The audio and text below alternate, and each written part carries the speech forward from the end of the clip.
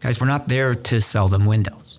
I mean, yeah, we are there to sell windows, but for the most part, we're there to solve problems. Yeah. This is the Just Real Quick podcast, where we discuss how to succeed in the world of sales through confidence, discipline, and consistency. Are you ready to be intentional about creating more opportunities that lead to sales? Tune into this episode right now for the latest insights and strategies that will take your sales game to the next level. I'm your host, Jefferson K. Rogers. Welcome, everybody, to this week's edition of the Just Real Quick podcast. So I'm Jared Everett, your guest host. This is the first guest host I've ever done. And we have the one, the only, the Ty Ross. How we doing? We're doing good. We're doing good. So we today are going to be covering, I want to put a heavy emphasis on pain points. Okay. Not only what the pain points are, however, I would really like to cover how to address pain points, how to assume pain points, and most importantly, how to assume relevant pain points.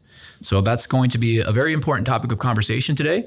And then we're also going to cover just some basic objection handling, which, if I'm being honest, I think that could be its own podcast in and of itself. Yeah. So let's shoot for about, 45 minutes or so, something like that. If we go a little bit longer, we'll kind of see where the road takes us. Yeah, I mean, like with pain points, man, you can dive pretty deep into that. But yeah, especially with like objections too, like an objections, you could have multiple podcasts on the objections. Oh yeah. But yeah, we can kind of touch all bases there and go from there. Yeah, for sure. And then even with objections, guys, I mean, it's a smokescreen before it's an objection. Yeah. So that's something that's really important to understand. Don't just dive into all these long explanations with your objections, but getting into pain points. So something that I do, and Jefferson and I actually did a podcast before on a similar topic, pain points, how to address and assume pain points. However, that's coming from your CEO, your regional director, who probably spend less time in the field than, say, the Ty Ross. So it's great to have you on to get that perspective because I would say it's a little bit more up to date. Does that make sense? Yeah. Life changes, right? Yeah. And don't get me wrong. I've been in the field plenty in the last several months, 5 months or so. It's been, at least almost weekly I've been knocking. So yeah, you've been out there with my guys helping them out whenever you're in town. So that's awesome. Yeah, for sure. And honestly, I really enjoy it because I think one of the biggest things why people don't like knocking doors is because they don't know how to do it. And just like anything in life, if you're unsure of how to do something, kind of hesitant. You're like, oh, I don't know what I'm doing, so I don't want to do it. But once you know what you're doing, you put in the time and you're very intentional about getting better and you get to the point to where you know what you're doing. It's just, I have a lot of fun. I don't know about you. Well, yeah, I kind of think of it as like, for example, riding like a motorcycle, right? When you first start doing it, it's really uncomfortable. All the little bumps can be a little scary. And then once you get that muscle memory down, which is basically all it is, right? Assuming the pain points, handling objections, it just becomes natural to you. Like for me, when I'm on the doors, it's hard for me to even like give advice to people on what you're supposed to say. Because for me, it just kind of happens naturally, right? Yeah. And it's the same thing with like a motorcycle. You get to this point where you're so good at it that all those little bumps, they're just part of your flow now. And it's not a like interruption to what you were doing. It's just a part of it. Mm-hmm. And I think an important thing that we should probably try to emphasize as we're doing some of this is some of the best practices for handling objections or looking for pain points, right? Or assuming the pain points, because we can tell them how to look for it. But if they don't know if there's no process as to how to utilize some of these concepts, it'll make it a little bit harder. Yeah, I agree. And great segue. So when I get into a neighborhood, the things that I like to do is, for one, I'll go through, just take a quick drive through, kind of get an understanding of, okay, that house looks good, this house, whatever, get a good understanding there. And then I park and, kind of come up with the game plan as I'm driving through the neighborhood. Mm-hmm. And then I'll find my place to park. Always like to do it on like a property line. I very rarely will park right in front of someone's house, unless, of course, I'm running an appointment. Yeah. And for those of you that know your directions, good on you. If you don't know your directions, either learn them if you can't learn them. And by directions, I mean north, south, east, west. Yeah. Hopefully we all know our left and rights. Yeah. We know. Yeah. Right. Left. But anyway, with that being said, and if it's not in you, because some people, they just don't have like a natural, like internal compass. But I'm sure there's an app on your phone. There's something that you can utilize to understand. And the reason why I say that, guys, is because The sun. A lot of pain points with windows, it comes from the sun and exposure to the sun, whether that's heat coming through the windows, whether that's the sills failing, whether that's the vinyl fading, whether that's low E failure. All of it. It comes by way of sun damage. Now, Ty Ross, can you give me an idea of which windows would get the most sun damage? Wow. Maybe a vinyl window. Vinyl window, but when a little bit more specific in terms of the windows on, like, say... Oh, yes. So, as we know, the sun rises in the east and it sets in the west. However, where we are located in Utah, for most homes out here, the south side of their home is going to be from sun up to sundown exposed to the sun. Now, the problem is on the west side of the house, that's when the heat is the most intense in the day. And so it's typically the southwest side of the house that is going to be experiencing the most issues, especially like a bedroom, because the bedroom might still be a little bit warm from the day, right, with the sun beating in it. So the west side of the house, the south side of the house, the east side of the house are all typically going to have the most sun damage. And it's typically the north side that you start to see those sun damage spots on the windows or signs of sun damage coming in a little bit later. Exactly. Yep. And a little bit more on that. So obviously, yeah, the sun rises in the east, sets in the west. Sun may rise in the east, suddenly sits... it's a little Red Hot Chili Peppers. Anyway, but it tracks across the southern sky. And as the days get shorter, we get into wintertime, the sun will actually track further south. So instead of it in the summertime, part of the reason why it gets so hot, the sun goes right overhead and it's longer days. And so it's just more sun exposure, it's more heat. Now, when you get shorter days and it's not tracking overhead, it's tracking across the southern sky. That's why that south face is going to be getting a lot more issues. And then also, those windows, because they're getting that sun damage and the sill failure, those are typically the windows that will get really cold as well. However, the north side is always the coldest. So there's a lot of cold that comes in through that way as well. Yeah, that's where a lot of your drafts will come in, and especially like if the house settled and the seals are blown from something other than the sun, and so there's like little cracks between the window and the wall. The north side is really where, like you said, you're going to experience the most cold spots. Mm-hmm. Yeah. And so getting back to it, when I go through a neighborhood and I kind of get a game plan, and another thing I look for, even if it's like a west-facing home, guess what? If it has real big trees in the front, or maybe real big trees in the back, and like a big awning or something like that, typically those windows are going to experience a little bit less issues. Yeah. They're still crappy windows. Let's not get that twisted. If they're builder grade windows, if they're not our windows, they're bad. They're bad. They're just not going to be good regardless. However, when I earlier alluded to relevant pain points, it's really important to understand that, because if you knock a door, they have really big trees in the front yard, right? And you're like, yeah, I bet you a ton of heat comes through these windows. They're like, well, not actually, because they have huge trees, and guess what? They probably have like shutters too. So if you see like shutters and big trees in like their west-facing front, they're not getting the amount of heat that you would have as compared to, say, a home that doesn't have shutters with no trees in the front yard. And there's not, and sometimes like just geographically, you might have like a hill or a mountain or something right next to the home. So the sun's going to go across the mountain a little bit quicker than it would, say, if it's like the mountain's not really close to the home. Yeah. So it's really just understanding like how you're situated, how the home's situated, what the surroundings are, and again, understanding what the relevant pain points would be to assume. So again, when I go through the neighborhood, I'm paying attention to these things. And I always like to start, typically, especially if it's in the afternoon, I'm hitting the west-facing homes, absolutely.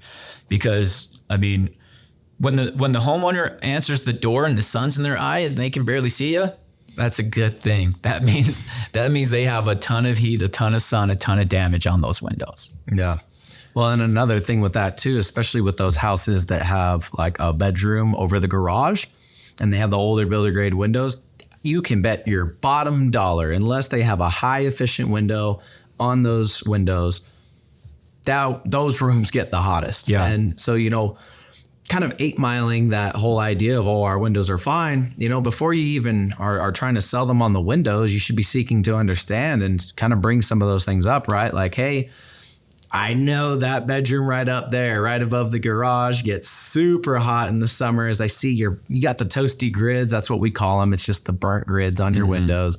You got the toasty grids. You got the toasty blinds. That just tells me that you're getting a lot of heat in that room. If you're anything like your neighbors, it's making it hard to sleep. It's making it hard to whatever, right? Use a little bit of your creativity to build some rapport there and build a little bit of trust that you sound like the professional. You know what's going on, right? But yeah, the west side, south sides are always going to have most of that. And let's break down how Ty addressed that, right? Okay, so for one, he assumed it. Very assumptive in the way he's addressing the heat coming through, right? It wasn't like, hey, do you have heat coming through your upstairs windows up there? And they're like, nope, my windows are good. You give them the ability to say yes or no. And if they want to get you off the door, it's really easy. If you give them a yes or no, they can say no, shut you down right then and there. However, when you assume it, and then another aspect of it, social proof, right? Your neighbors. So they're not the only ones dealing with, we've seen everybody on this west side of the street. Everybody's had the same issues. So tons of heat coming into the upstairs bedrooms. Gets kind of hard to sleep. I imagine you're dealing with the same issues, right? Well, yeah, okay, yeah. I mean, that's exactly why we're here. It might not be for you, but if we were to choose you as an advertising home.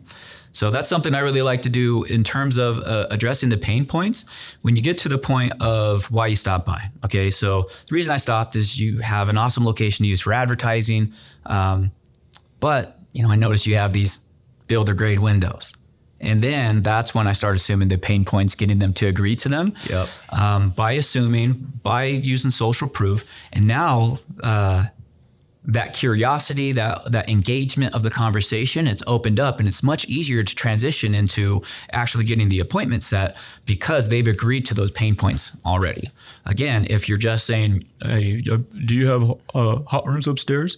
I mean, they might say yes, they might, but very slim chance. Yeah, very slim chance. And as much as you can play within the percentages, right? If you're giving them yes or no opportunity every time, it's a very high percentage that you're going to have low production. Yeah. However, if you're able to address those, and they're not always going to agree to it, but for the most part, they will. I don't know that.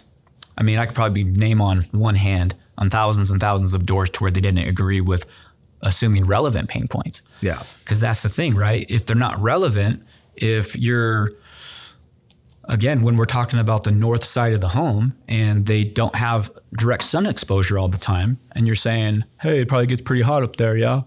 And they're like, actually, no, it doesn't.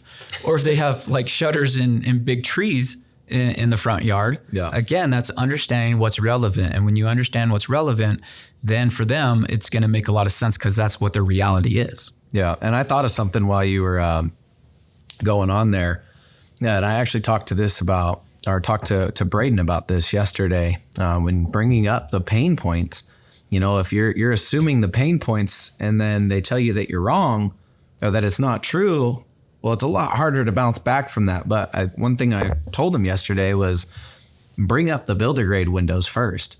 Because that's the main issue that we're trying to solve. We're trying to get these builder grade windows off of people's homes so that they can be more efficient, they can be more comfortable. Now, not only do you have the builder grade windows, but I see you're already dealing with all these issues, whether it's your condensation, it's the water dripping down your glass, it's the burnt frames, it's the burnt grids, it's the warped frames, whatever it is, right? The main issue is we're trying to solve the builder grade window problem. Yep.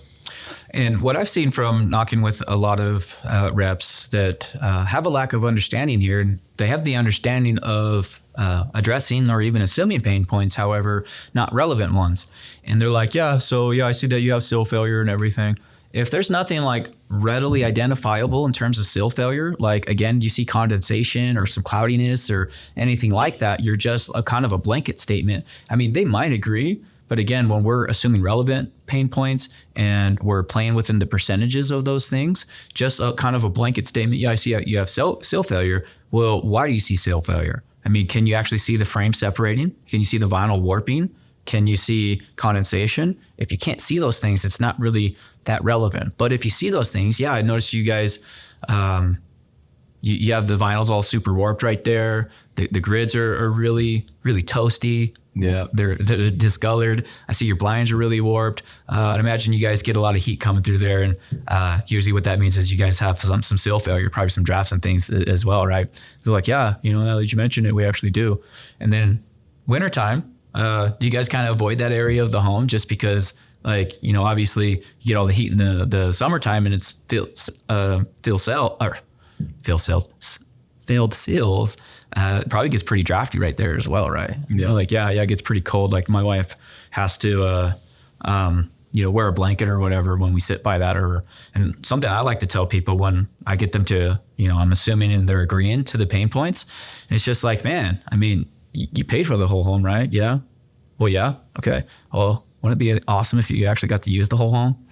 Just these little things like that. Yeah. And I know like some of this sounds kind of like silly, like, oh, they avoid a whole area of their home because it's too cold. Like, it's a real thing. Like, I can't tell you how many times I've absolutely 8-miled that or brought that up, and it's been a thing. And I can speak personally. I know my game room in my house, you've been to my house, you saw how bad my windows are. Yeah. Unfortunately, I'm renting, so I can't put our windows on my house. But my game room, me and my roommate used to have all of our stuff in there, and we moved it because it would get so hot in there. We just don't go in there. And now it's winter, and that room is freezing in the winter. So, I know some of these things, just because you haven't had the experience, it's important to, one, put in the reps so that you're meeting the people that do have these so that you can have the full belief in them, right? Because it's one thing for us to say, hey, this is how it is. But if they don't believe that's how it is, then it makes it a little bit harder for them to buy into it. But just know, guys, like the more reps that you get in, the more of these pain points that you'll start to learn about, and you'll learn why they happen, when they happen, who they happen with, who they affect most. And it kind of makes everything that we're talking about here just a lot more effective. But that comes with experience, right? Exactly. And I like to refer to it like I like to knock warm doors, meaning that I know they have issues. I'm assuming and getting them to agree to those issues. Yeah. And also, it's kind of a double there because, they're getting all the sun beating down on that door. Like, it's actually hot. I've had doors like where you knock it and kind of burns your knuckles. Oh, yeah. I like them as warm as possible. Like my door's really warmed up. And another thing to that, guys, is when we're talking about the sun rising in the east, that means during the first part of the day, guess what? The back part of the home is going to be getting cooked. So, and it's the same thing in terms of if you're knocking a side of the neighborhood that's an east facing home. So then you can be like, well, the first part of the day probably gets pretty hot on this side of the home, but during the late afternoon, you guys, I'd imagine you get a ton of heat coming in the back side of the home. They're like, yeah, like our sliding glass door or our kitchen or whatever. And guys, when they have windows in the kitchen and it's like a west facing home, and like the kitchen windows facing west, guess what happens if they're cooking dinner? If they got their oven on, they're cooking a DiGiorno. Oof. Oh man, it's gonna get hot in there. So these are things just to kind of understand. And maybe, a lot of our reps are a little bit younger and they don't really, things they've never noticed. But these are things that everybody deals with, right? Yeah. Yeah. Yeah, dog. Yeah.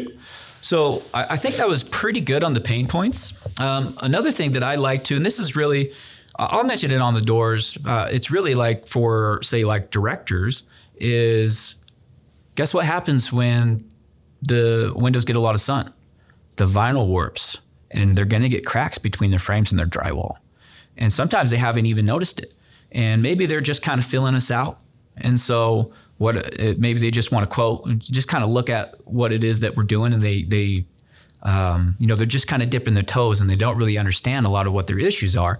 Something I love to bring up that starts like really setting in that they need to replace windows is, and I bet you guys, these back windows right here, west facing, if you look, you're going to have a crack between the frame and the drywall. They're like, huh, well, either they noticed it or maybe they haven't noticed it. And when you get measurements, you'd be like, see what I was talking about? Yeah, every time. Yeah. And they're like, oh, I didn't even notice that. And then you can really hammer it down and be like, so you see the crack right here and right here. Notice all the dirt coming in right here and start, addressing pain points. And a nice, I guess, segue from, a coordinator standpoint on pain points. Why not cover what directors can cover in pain points as well? Yeah. So again, that's something that I really like to address in terms of pain points is things that are going to be relevant. So if they're getting sun exposure, they're warping, and you're going to have the crack between the frame and the drywall. So that's something that's really good to point out. Even the director script, the way we talk about it is we assume pain points. So it's like, okay, so whether they're not very energy efficient, leakiness, draftiness, operational issues, you kind of just check the boxes, right? And they're like, yeah. Now, if you just go in there and say, what issues are you dealing with? Sometimes, and I know some directors, this is how they do it every time, and they do really well with it. But when we're dealing with the percentages and something that is translatable across the board for people, because maybe this works for one guy because he kind of sets it up and says it a certain way that they agree to it. However, that's not going to be working for everyone. So that's why we have that in there, because it's very assumptive. You know, everybody's dealing with same issues, whether it's this or that. Kind of just check the boxes, right? Nod your head. And every time, what do? Yeah, we have this. And then they start expanding on it. And we have this term, it's called seek to understand. So anytime they vocalize a pain point, you want to kind of understand more about it. Don't just glaze over it. Be like, oh yeah, Windows will take care of that. It's like, okay, well, I mean, tell me a little bit more about that. Like, how is that kind of affecting like your day to day? Oh, well, when we're, eating dinner or whatever, like we've been actually eating in the living room because we can't, it's just too hot to sit in the dining room. Yeah. And these are things that you can start tying down and reminding them of and addressing as we go, because guys, we're not there to sell them Windows. I mean, we are there to sell Windows, but for the most part, we're there to solve problems. Yeah. And the more they can understand what their problems are and how we can understand, they can understand how we're going to solve those problems, and not just at a surface level, really get down. Like, how does this affect in you? Okay, this is how we're going to be able to make your home more comfortable, how we're going to be improving the quality of your life. And one thing to add on to that, I thought of this when you were talking was, every appointment that I go into, while I'm kind of doing my introduction to who I am and, what I'm doing in the home and whatnot, I always like to ask, what is it that made you decide to sit down with us today? And I want to hear what they think their pain points are. Now, I can dig into those, right? Mm-hmm. You can get a little bit of value out of that. But now as I go around and I'm measuring their windows, I can visually see those issues that they're dealing with and explain to them why that's happening, what else it could cause. Because like, for example, a leaky window, right? If a window's warped and it's leaking, or there's a broken window and it's leaking, well, it's not just water getting into your house, right? It can rot your wood. It can cause all sorts of other issues, get into your floors. Mold, exactly. Mm-hmm. Another big one. I remember we did a house in Highland, and they said that there was something growing in the windows, and me and McKay get up to that window in their kid's bedroom, and they had black mold growing in the windows. Mm-hmm. Yeah. And, those are serious issues. And now they didn't even know it was mold. They just said that there's like some gunk built up, and, digging into that pain point, hey, that's a toxin. It's very harmful to the kids, especially in your kid's bedroom right next to their bed. Oh yeah, my kid's always coughing and always sick. That makes a lot of sense. None of the other kids are ever sick. And then, when you get to the end of it, it's not like, well, I don't know if we really need Windows. It's like, no, you need Windows. Yeah. It's just going to get worse. Yeah, it's going to get worse. Your kid's going to get sicker. Come on. little Timmy over there, he's all... But yeah, and that's why it's really important from a director standpoint, have them get the measurements with you. Have them go around with you, because you can address these pain points, because maybe they thought it was a couple windows, or maybe they thought it was 6 windows. They just want to do the minimum or whatever it is. Their best bet's never going to be a better investment than it is today just to get the entire thing done. However, you don't have to, but the way that things work in terms of maybe manufacturing going up over time, or again, maybe areas that they didn't even realize they had a problem with that they actually do, because it's kind of like a car. If one thing goes wrong, the next thing's going to go wrong, and it's just due for a change. And if they don't really have a good understanding and having things pointed out to them, we're not necessarily solving their problems. like I said, it's like we sell windows, we're a window replacement company, but we're there to solve people's problems. And it's a disservice to our customers if we go in there and we're just trying to get a deal done, whether it's just a partial and just let's get it done for as low of a cost as possible. But they're still going to have issues. They're still going to have issues on the back of the home or whatever it is. At least allow them to understand what situation that they're in and how we can solve their problems. So then they can value the windows more than they value like the dollar. Yeah. Right. And then on top of that, right? Like directors, how many times have we gone into an appointment where they're just like, yeah, we just want to get these 6 windows done. And then you come in as a problem solver and you mention, some of those windows have more issues than they know about. And then you go and look at the rest of the house and the rest of the house has issues as well. Mm-hmm. And, you went in there originally for 6 windows and now you help them get 9 windows, save them a bunch of money in the future. They were going to wait till, a year or 2 later where they're going to pay, next year they'll be paying 40% more and 2 years later, 80% more. And even on top of that is in terms of maximizing your energy savings. So not only are they going to pay less for windows in the long term, their home's going to be overall more efficient, more comfortable, and they're going to be saving the money on the energy in the meantime. And guess what that means for equity? Okay. You do 6 windows and you have 15 windows in your home. How much equity do you think that it's going to add in terms of doing 6 compared to the whole thing? So like I said, it's never a better investment than it is today. Yeah. Well, never a better investment than it was last year or 2 years ago or 3 years ago. Yeah. But I mean, it's and for the customers, I get it. There's ebbs and flows in the economy. Maybe the cost of things go up and down. With windows, they're not going to go down. If the manufacturer can manufacture and have a certain price point for their windows and everybody's paying that, do you think that they're ever going to go below that at all? They're not going to, and especially when there's inflation, they're like, there's this thing called inflation and we're going to have reverse inflation on our stuff. It doesn't work like that. No, especially not big companies.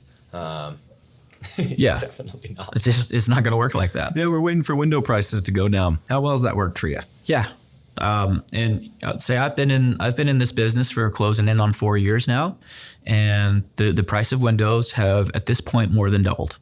And this is across the board. This isn't just a JKR window. Yeah. This is anybody has windows, whether it's a builder grade window, whether it's a higher quality window. This is across the board. And there's some price comparisons that we do. And what those comparisons were, say 2 years ago when we're like, okay, well, hey, it's $2,000 for an Andersen window. Well, guess what? It's like $4,600 now for an Andersen window. So that's just what it is. It's the nature of the beast. And like I said, never better investment than it is today. Dang. Ty Ross he's sharp, guys.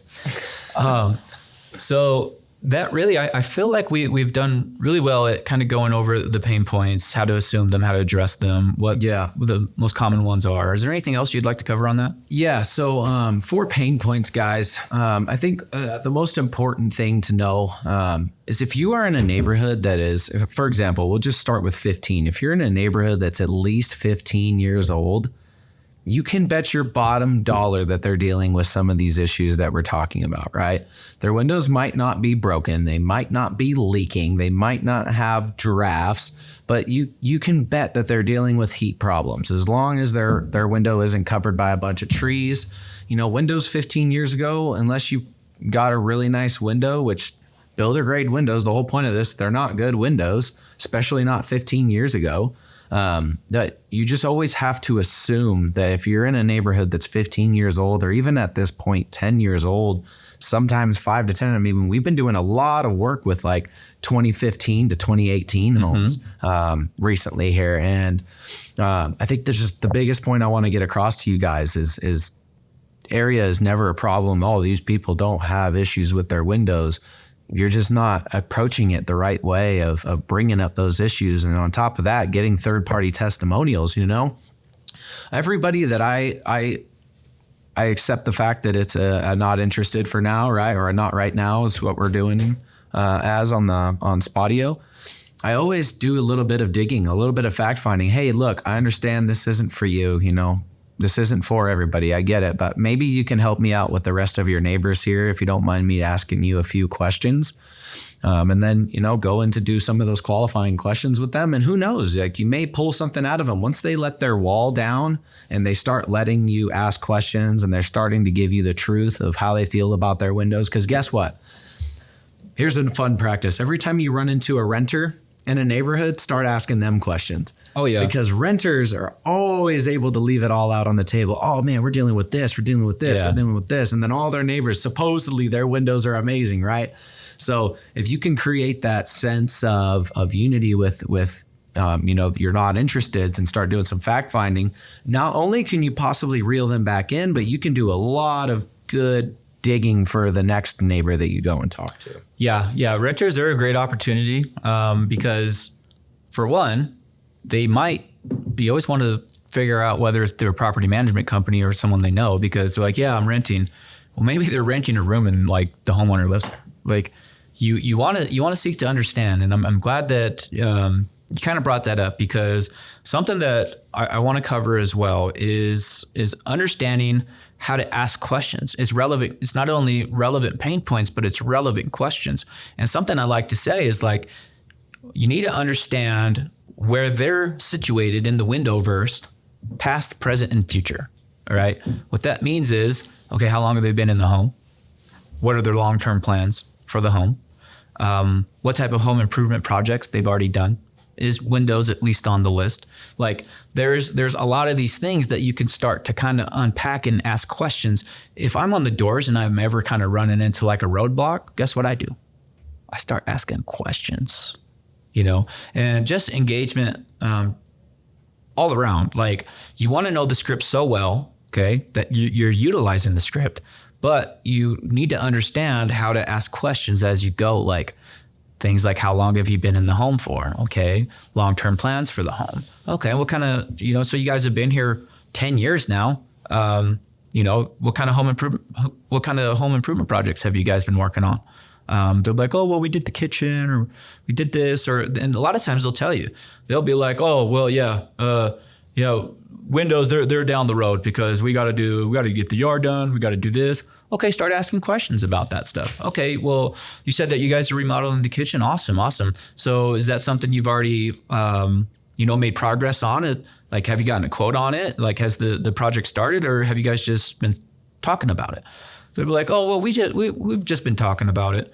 Okay, well, guess what? Now you have a good opportunity to start moving windows up on that list a little bit, especially, guys, we offer a tremendous discount on the windows. It's less than half of what they go for retail. Seriously. So you can pay full price for your kitchen whenever. This is first come, first serve. So, in order for you to, be able to get your problem solved with the windows, because guess what? Your kitchen's also not going to make your home more energy efficient.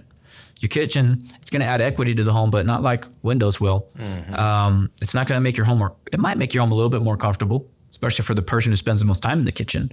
But in terms of like going to bed, the ROI, the kitchen's definitely not going to make your AC unit and furnace last longer. Mm-hmm. So again, understanding where they are in the windowverse, the window universe, because then you can start understanding how to position things. Yeah. Or maybe they do have shutters. They're like, oh yeah, we put the shutters on, we replaced the AC unit and the furnace. It's like, oh, awesome. How long ago did you guys do that? Oh, we did that last year. Okay, cool. Yeah. I know a little bit about getting that stuff done. It's kind of pricey, right? Like, yeah. And it's like, well, what's awesome about Windows is, the average savings is 40% on energy. Your AC unit and furnace actually run about 6 hours less a day.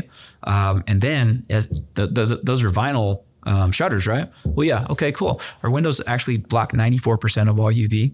So not only does that protect your AC unit and furnace, it also protects those nice shutters that you guys did. Those nice plantation shutters. Yeah. So, you guys spent $10,000 on those. Yeah. Guess what's going to happen in the next 5 years? You guys have these old builder grade windows. Same thing that happened to your old blinds. Those are going to get toasted. They're going to get toasty. Okay. So, you know what? Hey, it's low pressure, zero obligation. What I'm going to do is just have my director stop by. He's going to go over everything with you.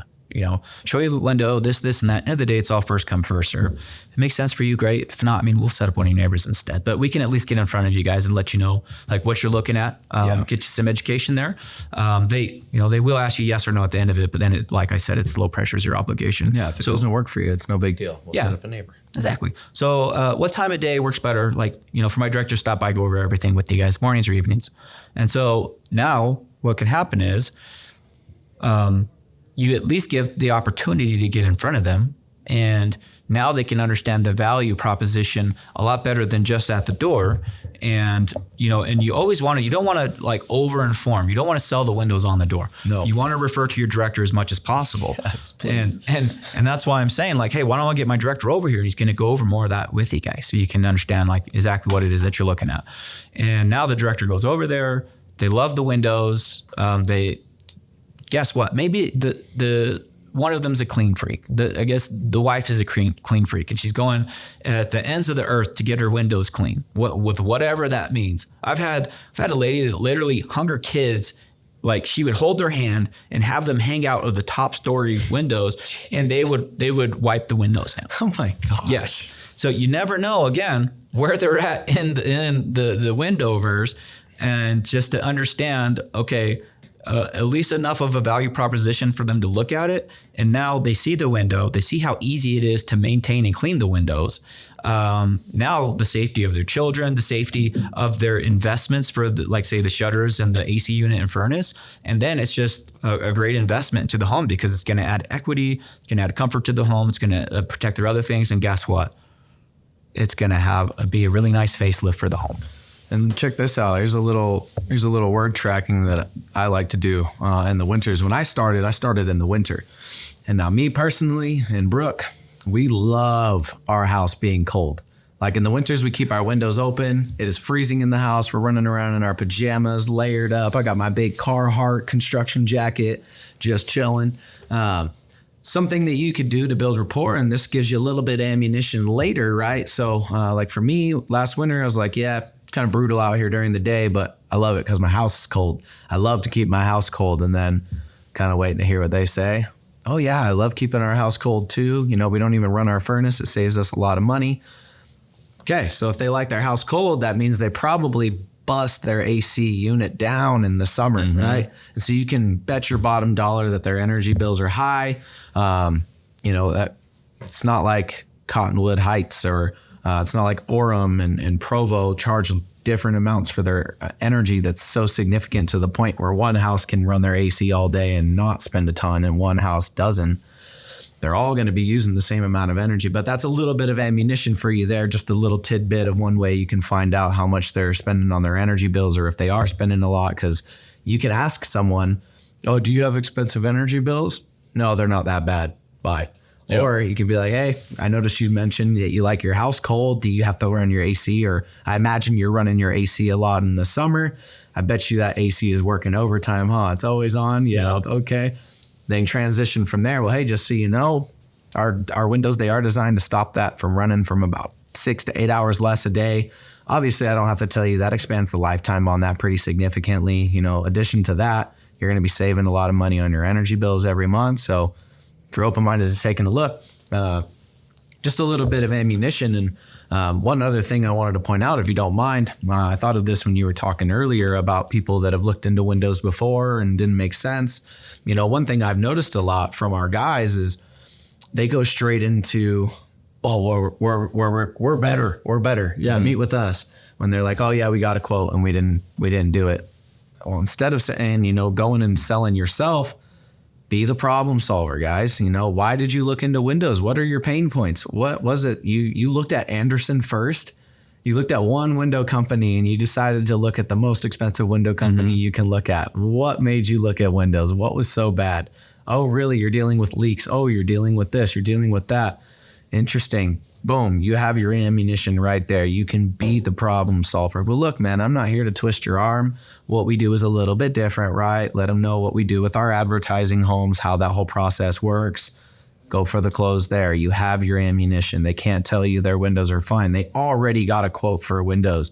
Now, did you give up on the idea of getting new windows just because you got one scary quote, or are you open-minded to letting another company show you what they have to offer and get it done at a much more affordable cost? I just think not problem solving and not digging into the pain points when we have opportunities to, we got to dial that in. Absolutely. Yeah. And like even on the quote thing, it's like, windows are too expensive. We got a quote. Oh yeah. Hey, I get it. Yeah. They definitely can be expensive. If you don't mind me asking, how long ago did you get the quote?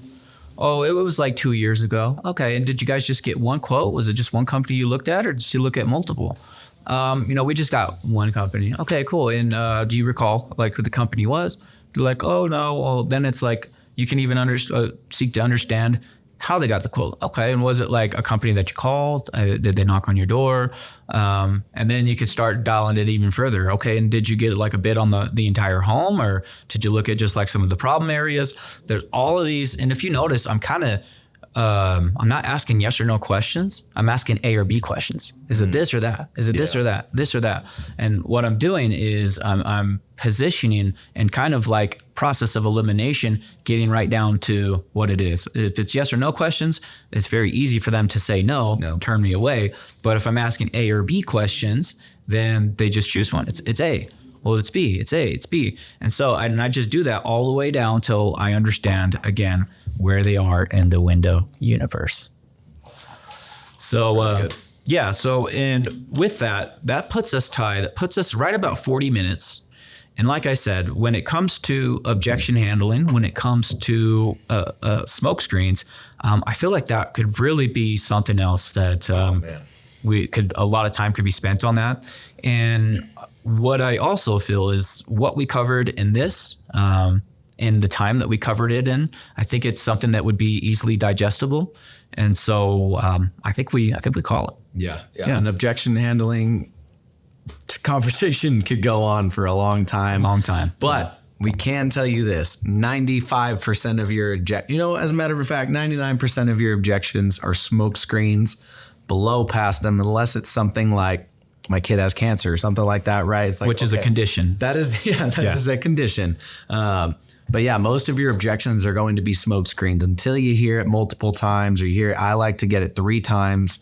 I fully believe that, if I'm knocking on a door, I'm confident that what I have to offer them is of much more value to them than anything else they could be spending their money on. And it's an appreciating investment. Yeah. And there's not a lot of those.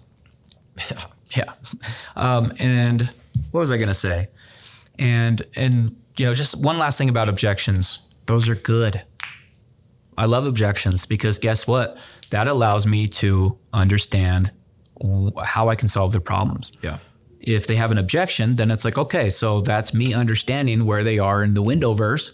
And so I can start unpacking that objection and getting down and breaking it down to the ridiculous and positioning it in a way to where I can make sense of things for them. An objection is simply the pieces to the puzzle. And if you have objections, be happy that you got them, because that's going to help you figure out how to solve the problems, get the deal done. Yeah. All right, Ty Ross. All right. Well, thanks for jumping on here with me. Anytime, brother. And hope you guys like the podcast.